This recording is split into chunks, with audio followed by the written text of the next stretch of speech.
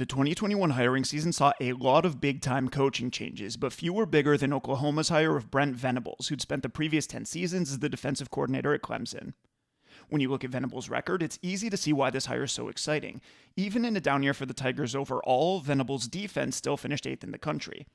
Of course, in the years where Clemson wasn't down, Venables racked up 2 national championships and a Broyles Award, given to the best assistant coach in the country.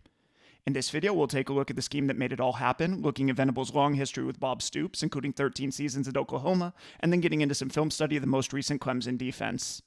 When you're talking about Venables' early defensive influences, just about everything comes back to Bob Stoops. When Venables was still in high school, Stoops tried to recruit him to Kansas State as a preferred walk-on, but because he wasn't offered a scholarship, he went to Garden City Community College instead. Throughout the recruiting process, though, he was so inspired by Stoops, head coach Bill Snyder, and the rest of the Wildcat staff that he wanted to do everything in his power to transfer to Kansas State. After 2 years at Garden City, he still hadn't landed the offer that he wanted, and so in 1991, he decided to turn down scholarships from several 1AA programs to walk on for the Wildcats. By the end of his first semester, he'd earned a scholarship, and by his senior year, he was the starting middle linebacker, so this is just a great example of perseverance and determination. As it turns out, taking that walk-on position was the best thing that Venables could have done for his coaching career. After 2 years, he graduated with a degree in political science, and he was thinking about going into law school when Stoops approached him about getting into coaching. The idea was that he could be a grad assistant for a while, get a master's degree, and take some time to really figure out what he wanted to do with his life. Suffice it to say, that plan worked out, as Venables latched onto the Stoops coaching tree and stayed with them for the next 19 years, to the point that he's actually sometimes referred to as the 5th Stoops brother. So what kind of defense was Bob Stoops running at Kansas State, and where did that defense come from? The system was largely developed early in his tenure with the Wildcats, where he served as co-defensive coordinator along with Jim Leavitt, who would go on to be the first head coach in USF history before spending some time as the defensive coordinator at Colorado and Oregon, among other jobs. In the early 90s, Stoops and Leavitt, along with assistants Mike Stoops and longtime Kansas State defensive line coach Mo Lattimore, found themselves stuck in a Big 8 conference that was absolutely dominated by Tom Osborne's Nebraska Cornhuskers. In a 2008 interview with the Denver Post, Stoops looked back on that time and said, "Our biggest hurdle was to catch up, to be able to slow them down offensively. I thought competing against them was a major influence in my career. To me, that was my biggest jump, I felt, as a coach and as a defensive coordinator." To deal with this challenge, Stoops and company came up with an aggressive run-stuffing 4-3 defense that tried to get secondary players involved in the run game while playing a lot of aggressive man coverage on the back end. On this play, we'll see an example of this aggressive secondary play against Nebraska in 1994, a game in which the Wildcats held the Cornhuskers to just 17 points. Nebraska's in the I formation here, so we see that they have a tight end lined up to the right side of the formation with 2 backs in the backfield. Kansas State's matching this with a 4-3 underfront, playing with 4 defensive linemen and a linebacker at the first level, while the remaining 2 linebackers are stacked behind them. On the back end, they're playing more of a quarters or bracket structure than a straight-up man coverage, but the key thing here is the alignment of their safeties, who are both playing less than 10 yards off the line of scrimmage. After the snap, this safety down at the bottom of the screen will be the guy to watch as Nebraska runs a zone play to the right. From his shallow alignment, he'll be in position to come down hard against the run, fill the open cutback lane, and limit this play to a few yards. On this play, we'll see some of the blitzing and man coverage that this defense was especially known for. Nebraska's in a spread set here, so they have just 1 back in the backfield, a tight end on the line, and 3 receivers split out wide. To defend this, Kansas State's playing a tight man coverage on those wide receivers, covering the outside threats with their cornerbacks, and then rolling down one of their safeties to play man on the slot receiver at the top of the screen. Now on this play, that safety's not going to be directly involved against the run, but when he rolls down to cover the slot receiver against this spread set, it allows Kansas State to keep all 3 of their linebackers in the box. Here they'll take advantage of that by blitzing these 2 linebackers in the middle of the formation, and then using their 3rd linebacker on the edge as a contained player, where he'll be able to take away the pitch on the option-style plays that this Nebraska offense loved to run. After the snap, Nebraska does run the option at that defender, and here we see that he does his job as the contained man, working upfield, attacking the pitch, and forcing the quarterback to cut the ball back inside, where that double linebacker blitz has caused some chaos and freed up defenders to run down the quarterback in pursuit. So this is the kind of system that Venables came up in as a grad assistant from 1993 to 95. After the 95 season, though, both Leavitt and Stoops got hired away, with Leavitt leaving to build up a brand new program at South Florida, and Stoops becoming the defensive coordinator for Steve Spurrier's Florida Gators. The Stoops hire was especially interesting because the Gators had just given up 62 points to Nebraska in the Fiesta Bowl, and so by all appearances, Stoops was brought to Gainesville precisely because of the defense that he designed to stop the Huskers. The next year, with the help of Stoops' defense, the Gators went 12-1 and won a national title. Meanwhile, back in Manhattan, Kansas, these changes left openings not only at defensive coordinator, but also at linebacker coach, which was the position that Leavitt had coached in addition to being a co-coordinator. The play caller position went to Mike Stoops, who'd been coaching defensive ends up to this point, and Venables got the linebacker job thanks to an endorsement from Leavitt, who'd promised to hire him away to South Florida if Snyder didn't give him the Kansas State job. Venables would continue to develop and gain experience as a linebacker coach in this system until 1999, when Bob Stoops' success at Florida earned him the head coaching job at Oklahoma. Stoops brought Venables over to Norman with him and made him and brother Mike Stoops co-defensive coordinators.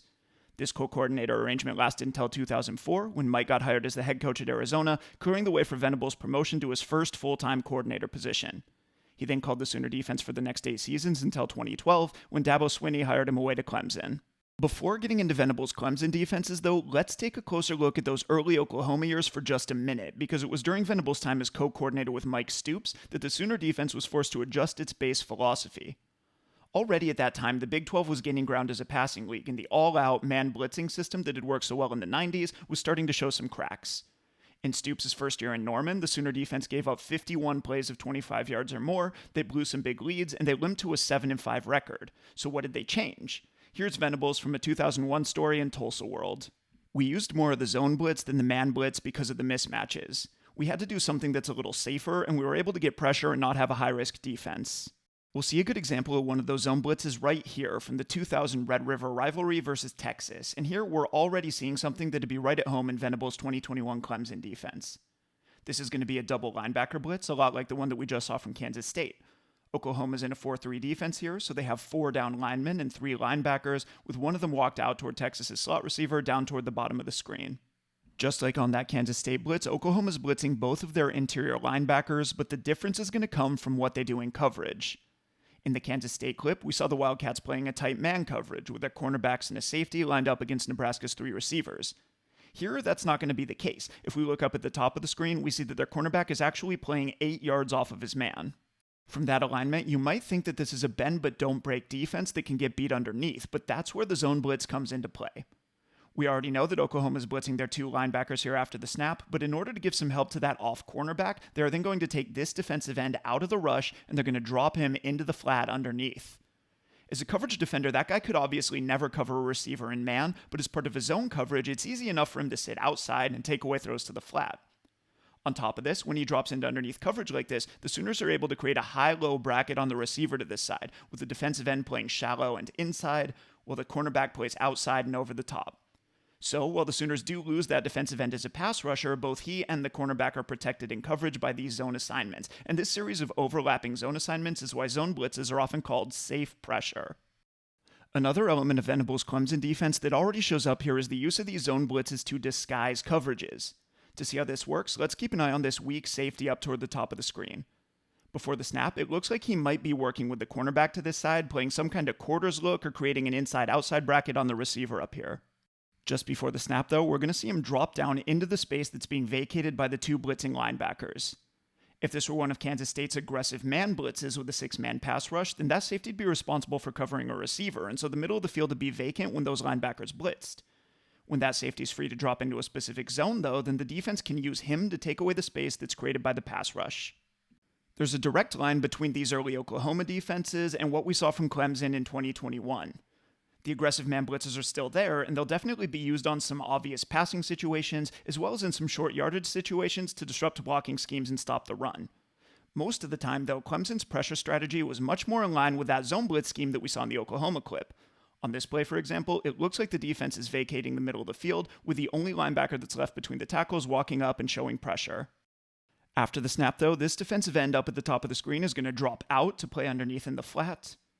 And the short side linebacker down toward the bottom of the screen is going to widen out to do the same thing, creating those high-low brackets with the cornerbacks in zone coverage to each side. They're then going to take this safety and drop him down to take away any route that might threaten the middle of the field. So, philosophically, this is a clear relative of the blitz that we saw from the 2000 Oklahoma defense. In spite of this continuity, however, like every other defensive coordinator over the last 10 years, Venables has had to adapt his system to deal with a complete spread takeover of college football. And this is one area where we're seeing some clear influences coming from outside of that Stoops coaching tree to combine with the zone blitzing 4-3 defense that was developed at Oklahoma. A few years ago, for example, Venables and the Clemson staff met with Jon Heacock of Iowa State to learn about his unique brand of three-high defense. And if you want to see more about that defense, I've got a video on it, so I'll link to it in the description box down below. Far from the wholesale adoption of the Iowa State defense or any other three-high defense, though, Venables has created something entirely different by incorporating ideas from their three-high structures into his base 4-3 defense. For example, here's a play from the Wake Forest game. Wake's in a spread set with one tight end lined up on the wing and three wide receivers split out wide. Nowadays, most teams would go nickel against a spread set like this. With a 4-down team like Clemson, that'd put you in some kind of a 4-2-5, with this defender walked out over the slot receiver being either a nickel cornerback or some kind of safety linebacker tweener. In the Wake Forest game, though, that guy was typically number 22, Trenton Williams, who's a genuine 6'3", 225-pound linebacker, and in this game in particular, Clemson was way more likely than most teams to stay in their base 4-3 personnel. Within this package, things got really interesting when they started to use that 225-pound linebacker like a third safety, and this is something that's pretty unique within the 4-3 world. So, if we look right here, that same number 22 who was playing strong side linebacker on the play before is now dropped back as the single high safety in a blitz coverage. In this shell, we're seeing something that'd be pretty common in the 3-3 world, where you have two true cover safeties who can play over a slot receiver or a tight end in man, and then you have a middle strong safety, and here that role is being played by that linebacker who won't have a specific man assignment himself, but who can drop off or help to his teammates over the middle. Now at this point, some of you are probably looking at this picture and saying, alright, that's cool and all, but what's the point of playing a linebacker or free safety? Why don't you just go nickel and put a real defensive back at that position like everybody else does? One answer to that question is that Clemson did do that. They can play a 4-2 defense, they can play a 3-3, and even some dime stuff as well. It all just depends on the game plan and what kinds of coverages they want to run. To see some of the thought process that might tell Clemson what personnel grouping to use, let's look at this play where they are going nickel and playing a 4-2-5. The key here is that on this play, they want to cloud both flats. So by that, I mean that to each side of the field, they want to use their cornerback to play an underneath coverage shortened to the outside. The term cloud just means that, as we're seeing here, a corner is responsible for the flat. From this position, those guys will obviously be able to play aggressively against short outside breaking routes, but they'll also be able to play as hard edge defenders against outside runs, and that's something that's especially dangerous out of this formation, where Pitt's brought all of their receivers in tight to the formation to give them extra blockers on the edge. If you want those cornerbacks to play aggressively on the edge, though, then you need to give them protection in the deep passing game. And so here Clemson's doing that by going nickel and playing with three true safeties deep. Here, the two outside safeties are going to drop and widen as deep sideline defenders, playing over the top of those cornerbacks so that they can play that aggressive edge assignment that I just talked about. With the cornerbacks and safeties pulled out to the sidelines, though, it'll be up to the middle safety to cover all of that space in between them. And so on this play, Clemson's going nickel and making that guy a true 6', 205-pound DB. After the snap, Pitt's going to attack that guy with a post by this outside receiver, and if we watch the play develop, we can see that it's a good thing that that guy's a real defensive back, because here he'll be able to run with that receiver and take away this route. If that guy were a linebacker, though, then this would obviously be a bad matchup. Now, let's go back to that base personnel look, where they were staying in their base 4-3 and using a linebacker to play as the deep middle safety. On this play, instead of playing zone and using their cornerbacks to cloud the flats, Clemson's just playing straight-up man coverage, so the cornerbacks will be responsible for their receivers on the outside, and then the two true safeties are going to drop down in coverage on the slot receiver and the tight end. Because the Tigers have a man defender committed to each of those receivers, that linebacker in the deep middle will never be singled up on anybody. He's purely a help player, and so his main task is to drop and discourage the quarterback from throwing over the middle. From that position, that guy's also able to step up into the box against run plays, and here we'll see him adding in as an extra defender when the quarterback keeps the ball in an RPO. This assignment is, obviously, totally within that guy's comfort zone as a true linebacker. What Clemson gets out of this, then, is the ability to stay in their base personnel on passing downs like the 2nd and 7 that we just saw, and this is something that's especially important against teams that spread you out and use tempo. When you're facing tempo, there are no guarantees that you'll be able to substitute, and so when you can trust your base defense to take away the spread passing game, you give yourself the ability to play more traditional 7-man fronts on neutral downs and distances like this one, where they're putting that same linebacker, number 22, up on the line and letting him get after the run. At first, this might seem like a lot, and it is, but in 2021, Clemson's defense was good at running all of it, finishing number 7 nationally in run defense and number 34 against the pass. There were, however, some plays where they got gashed a little bit, and in the games that I broke down, you could often trace this back to teams manipulating some of those defenders who were asked to play a little bit outside of their comfort zone from an athletic standpoint. On this play, for example, Pitt's putting pressure on Clemson's defense by putting 2 wide receivers and a tight end into the short side of the field down here at the bottom of the screen. To address this, Clemson's rotating their secondary over to that side, making sure that they have enough bodies to cover everybody. The trick here is that when Pitt sets all of those receivers into the short side of the field and forces Clemson to rotate, they're creating all sorts of space up here at the top of the screen, where this cornerback seems to be all alone against his wide receiver. So how are the Tigers going to defend this look? Well, if we think back to the Oklahoma film that we watched, we'll see that they're going to run something that's classic Stoops Venables defense. Down here at the bottom of the screen, they're going to bring both of these linebackers on a zone blitz. Now remember that when they do this, they want to bring pressure, but they don't want to isolate that cornerback up at the top of the screen, and so they're going to take this defensive end who's lined up away from the blitz, and they're going to drop him into underneath coverage. From there, he'll be able to be part of a bracket on the wide receiver up here, where he'll be playing inside and underneath of that guy, freeing up the cornerback to play outside and over the top. The problem here is that because Pitt's setting their passing strength into the short side of the field, and because Clemson's pressure is coming from that side, that dropping defensive end is going to be working to the wide side of the field, meaning that he has to cover a lot of ground to get out to that wide receiver. After the snap, he's not able to widen fast enough, and so the wide receiver sits in space underneath of the bailing cornerback. He catches a quick, easy pass and has room to get downfield, turning this short throw into a 23-yard gain. We'll see Clemson's defense getting stuck in a more deadly mismatch on this play. This is a 4th and 5, and Pitt's playing in 10 personnel, meaning that they have 1 running back, 0 tight ends, and 4 wide receivers on the field. So how's Clemson countering this? Unlike just about every other team in the country, they're running their base 4-3 personnel. So this guy, who would be a nickelback or a safety in every other defense in college football, is now another one of those 225-pound linebackers. Now, as we've seen, when Clemson's in this personnel grouping, they do recognize the potential mismatch here, so they're never going to leave that guy on an island. If we look to the middle of the field, we see that there is a safety there, and so in reality, that safety is going to be in position to play as the inside man in a bracket with that linebacker. On this play, though, Pitt's found a way to go after this assignment, and they're going to do it by using a drive concept to create a 3-level flood in the middle of the field. After the snap, the inside receiver up at the top of the screen is going to run a post, attacking that linebacker safety bracket that I just mentioned in the deep middle of the field. Of course, that middle safety should be easily able to take away this route by dropping with it, and so Pitt's next move is to punish him if he does this. To do this, they're going to bring both a dig and a shallow cross from the opposite side of the field. We can see how this develops if we switch over to this angle. On this play, Clemson's going to blitz both of these linebackers in the middle of the formation.